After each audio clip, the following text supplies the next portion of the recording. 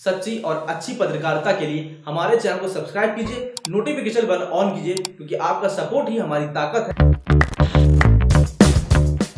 दोस्तों, इस वक्त की मैं आपको सबसे बड़ी खबर बताने जा रहा हूं कि 7 साल पुराने केस में स्वामी प्रसाद मौर्य के खिलाफ कल एक गिरफ्तारी वारंट जारी कर दिया गया। इनके ऊपर इल्जाम था कि इन्होंने धार्मिक भावनाएं भड़काई थी, वो भी 2014 में।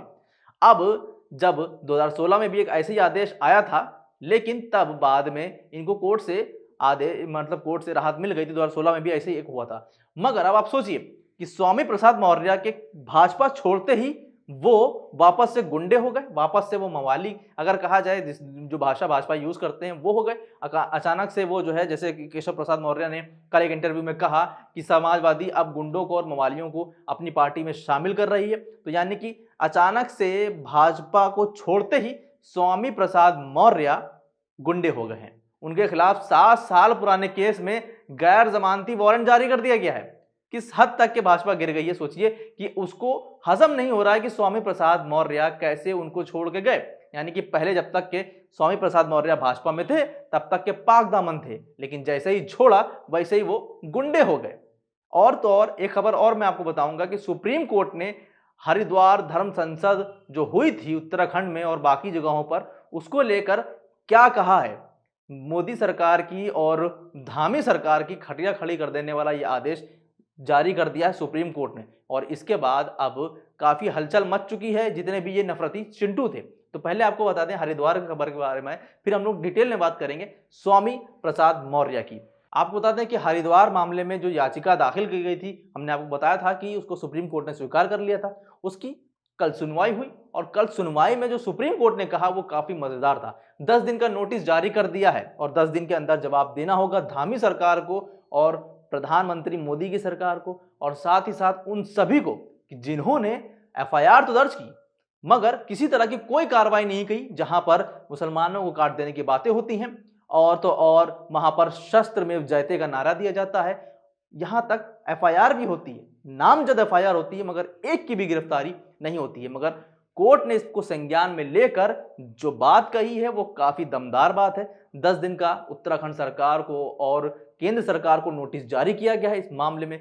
जो भी याचिका करता है, और जो अलीगढ़ में 23 तारीख को होने वाली थी धर्म संसद, उसमें जितने भी याचिका करता है, कहा गया है कि वो इस धर्म संसद को रोकने के लिए स्थानीय प्रशासन के पास जा सकते हैं। ये बहुत बड़ी बात सुप्रीम कोर्ट ने कह दी है। भला ही सरकार सुने या ना सुने, भला ही ये नफरती चिंटू जितना भी नफरत फैलाते रहें, मगर देश के अंदर सुप्रीम कोर्ट, हाई कोर्ट भी जिंदा है और हमारा भारत का संविधान भी जिंदा है। और संविधान के रास्ते पे चलकर क्या किया जा सकता है, ये इन याचिकाओं कर्ताओं ने दिखाया है। अब 23 जनवरी को पक्का है कि इस धर्म संसद पर भी रोक लगेगी, और जो शिमला का प्लान बना रहे थे फरवरी में करने का, उस पर भी रोक लगेगी। अब सबसे बड़ी चीज यही है कि आप खुद देखिए किस तरीके की नफरत फैलाई जाती है। अगर क्या पुलिस का फर्ज नहीं था कि वो इसको संज्ञान में, अगर आई थी बात, एफआईआर दर्ज करके, सख्त धाराओं में एफआईआर दर्ज करके अपना तो काम करती। मगर पुलिस प्रशासन भी शासन के दबाव में था। शासन ने साफ साफ मना किया होगा कि भैया इनमें से किसी के ऊपर एफआईआर मत दर्ज करना, क्योंकि ये हमारे वोटर हैं। जब ये जहर उगलेंगे तो हमारा वोट बनेगा, और अगर तुम इनको गिरफ्तार कर लोगे तो हमारा वोट कैसे बनेगा। इसीलिए किसी भी तरह की कार्रवाई नहीं हो रही थी। लेकिन अब सुप्रीम कोर्ट ने जो संज्ञान लिया है, जो 10 दिन का नोटिस जारी किया है, ये जितने भी लोग हैं, चाहे वो पुलिस हो चाहे वो सरकार हो, सबको जवाब 10 दिन के अंदर दाखिल करना होगा कि आखिर उन्होंने क्यों कार्रवाई नहीं की। चलिए अब चलते हैं स्वामी प्रसाद मौर्य की तरफ। हमने आपको बताया था कल स्वामी प्रसाद मौर्य ने समाजवादी पार्टी ज्वाइन करने का फैसला किया है और भाजपा से इस्तीफा दे दिया है। वो कैबिनेट मंत्री थे, यानी कि श्रम मंत्री थे, और बहुत बड़ी बात है क्योंकि बहुत बड़ा चेहरा है एससी, ओबीसी और एसटी का। अब इनको 7 साल पुराने केस में फंसाया जा रहा है। इससे पहले भी हुआ था मामला, मगर उनको 2016 में जमानत मिल गई थी, यानी छूट राहत दे दी थी कोर्ट ने। लेकिन अब आप सोचिए, कल स्वामी प्रसाद मौर्य ने जो है भाजपा छोड़ी और आज वो गुंडे हो गए और उनको गिरफ्तारी करने का आदेश जारी कर दिया गया। साथ ही साथ बहुत बड़ी ये दिखाता है कि इन पे किस तरीके से भाजपा अपने जो उनके विरोधी हैं उनको खत्म करने पर तुली है, चाहे किसी केस में फंसाकर, कि जब तक आप भाजपा में रहेंगे तब तक आप पाक दमन रहेंगे, लेकिन जैसे ही आप हमको छोड़ के जाने की कोशिश करेंगे, बस आपके खिलाफ कार्रवाई कर दी जाएगी। वैसे आपको बता दें कि बुधवार को कांग्रेस विधायक नरेश सैनी, सपा विधायक हरिओम यादव और पूर्व सपा विधायक धर्मपाल सिंह बीजेपी में भी शामिल हो गए। ये ऐसी तस्वीरें आपको देखने की मिलती रहेंगी पाला दर पाला। लेकिन जो सपा ने सेंध लगाई है भाजपा के किले में वो काफी ज्यादा गहरी चोट है, क्योंकि जो स्वामी प्रसाद मौर्य हैं वो उत्तर प्रदेश में काफी कद्दावर नेता हैं और ऐसे कद्दावर नेता को खोने के लिए भाजपा तेल मिलाएगी तो है ही। उत्तर प्रदेश में सियासी गलियारों में कल से काफी हलचल है देखने को मिल रही है। भाजपा के कई कद्दावर नेता कमल का साथ छोड़कर अब साइकिल की सवारी करने लगे हैं। अटकलें लगाई जा रही हैं कि पांचों विधायक साइकिल की सवारी कर सकते हैं। बता दें, हमने आपको कल ही बताया था कि भाजपा के श्रम मंत्री स्वामी प्रसाद मौर्य ने अपने मंत्री पद से इस्तीफा दे दिया था और इसके बाद तिदवारी से विधायक ब्रजेश प्रजापति, बिल्हौर से विधायक भगवती सागर, बिदुना से विधायक विनय शाक्य और तिलहर से विधायक राधे लाल वर्मा ने भी इस्तीफा दे दिया। बैक टू बैक झटके दिए गए हैं भाजपा को समाजवादी पार्टी की तरफ से और ऐसे में इतने बड़े बड़े झटके झेलना भाजपा के लिए काफी ज्यादा मुश्किल हो गया है और अब जो चाणक्य नीति है वो फेल होती नजर आ रही है। और इस पर जो कहा जा रहा है उनके और सहयोगी दल हैं उसमें कहा गया है कि भैया अब तो अमित शाह को इसमें संज्ञान लेना चाहिए, कम से कम अपने नेता को, जो उनके दल हैं, जो उनके सपोर्टिव दल हैं, उनके मान सम्मान की हिफाजत करनी चाहिए। आपको इसमें एक और पॉइंट बता दूं कि ये वही स्वामी प्रसाद मौर्य हैं जिन्होंने अमित शाह से योगी जी की शिकायत की थी, मगर उस वक्त ध्यान नहीं दिया गया था, बिल्कुल दरकिनार कर दिया गया था स्वामी प्रसाद मौर्य को। इसी वजह से काफी ज्यादा नाराज चल रहे थे स्वामी प्रसाद मौर्य, क्योंकि उनकी बात को दरकिनार कर दिया गया था, उनसे ज्यादा तरजीह योगी आदित्यनाथ को दी गई थी। वैसे आपको बता दें कि गोदी मीडिया भी कमाल का है ना, भाजपा से नाता तोड़ने वालों को दल बदलू कहता है, उनको बताता है कि ये सियासी चापलूसी कर रहे हैं। और अभी कुछ महीने पहले कांग्रेस छोड़कर भाजपा में शामिल होने वाले जितिन प्रसाद को, वो जितिन प्रसाद जिनकी जमानत तक के जब्त हो गई थी, उनको वो मतलब कि ऐसा बता रहा था कि बस इनके आते ही सारा का सारा ब्राह्मण भाजपा का हो गया, भाजपा में शामिल होते ही जितिन प्रसाद सारे ब्राह्मणों को ले आएंगे, ऐसा बता रहा था। और कहा स्वामी प्रसाद मौर्य के जाने के बाद उनको दल बदलू नेता बताने पर लगा हुआ है। कमाल का गोदी मीडिया है। वैसे आपको बता दें, स्वामी समर्थक बीजेपी विधायक ब्रजेश प्रजापति ने लिखा है कि स्वामी नहीं संत है, भाजपा का अंत है, ये सभी समर्थक हैं। हमने आपको कल बताया था कि दारा सिंह भी इस्तीफा देने वाले हैं और हुआ भी वही। हमारी जो रिपोर्ट थी वो बिल्कुल सटीक थी और दारा सिंह चौहान ने भी इस्तीफा दे दिया है और समाजवादी ज्वाइन कर ली है।